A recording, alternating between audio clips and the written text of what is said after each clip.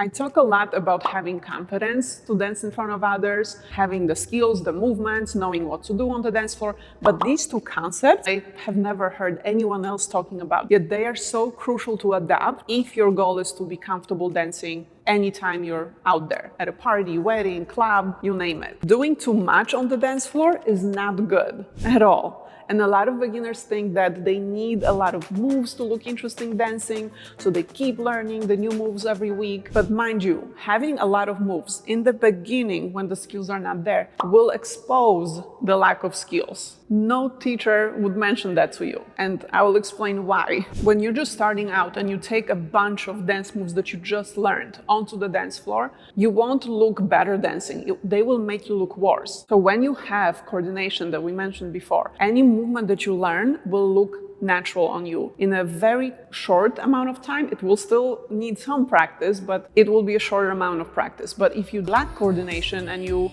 take 20 moves onto the dance floor, they will be poorly executed, number one. And number two, you will look like you're thinking about what you're doing, which in this case, it doesn't matter how many moves you're doing because you will look like you're second guessing everything anyway. Not to mention the new moves, if there's a lot of them and you don't have the skills yet, they will affect your transitions between them as well. Like you will have to think about, oh, what do I do next? And how do I smoothly transition into the next move and then the next move? It will look like a struggle. So please understand that when you're just starting out, you're a beginner, it's much better to have fewer moves that look very comfortable on you and you can do them no problem without thinking too much than having 25 moves that you can barely do. It won't make you look more interesting, trust me. And here's another thing that I've never heard other dance teachers say. There is such a thing as feeling too free on the dance floor. Of course, we want to feel free dancing, but there is such a thing that will prevent you from looking good if you feel too free.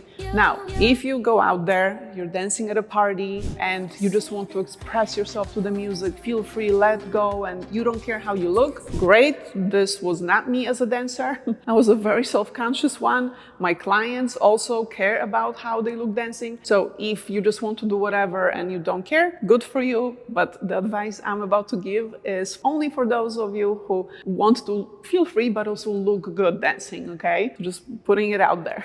At one point, Charlotte asked me to assess her video where she was looking very excited to dance. So she said, in this video you can see I'm a little bit excited and rushing the moves. I decided to include this anyway because I'm curious about what you're going to say. And the feedback I gave her might be a little bit surprising to you because in some cases, letting go and doing too much and feeling too excited is not helping you look better out there. So this is what I told her. Be careful not to do too much because it doesn't make for a good freestyle. It will be messy. So we want the balance between clean moves and enjoying ourselves. Max 2 new moves per video, meaning max 2 new movements per song, mixed in with the older movements that she learned inside the program. And I'm not telling you to not enjoy yourself dancing. Absolutely, you should, but just don't get sloppy. And I remember doing that too. When I would freestyle to my favorite songs, I would get into the song and I would do all these moves. And in my head, I thought I looked good dancing. But then when I saw myself, it just wasn't the case. The moves were sloppy. I thought I looked interesting, and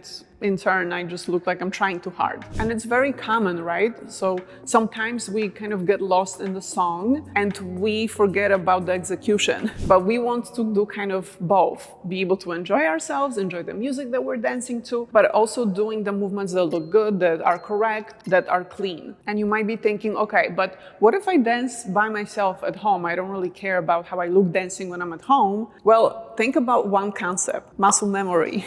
When you're dancing in your living room, you're just enjoying yourself, you're technically practicing. That means whatever you're doing and however you're doing it will be registered by your brain. And that's how it will come out when you're dancing in front of people at a party, because muscle memory, that is always working. And I can tell you from experience, back when I was a professional dancer, this is how we were required to practice. Every time we would run the routine, go through the choreography, we had to do it full out because this is how we would later dance on stage, right? So we couldn't get sloppy with the movements even when practicing at home, because the body, the brain, it remembers the amount of energy and effort you put into the movements. I would say when you practice, you want to practice both ways. Sometimes just play a song at home and just vibe to it, groove, do whatever you feel like doing. And then sometimes focus on proper form and proper technique. So it's always a good idea to have a mix of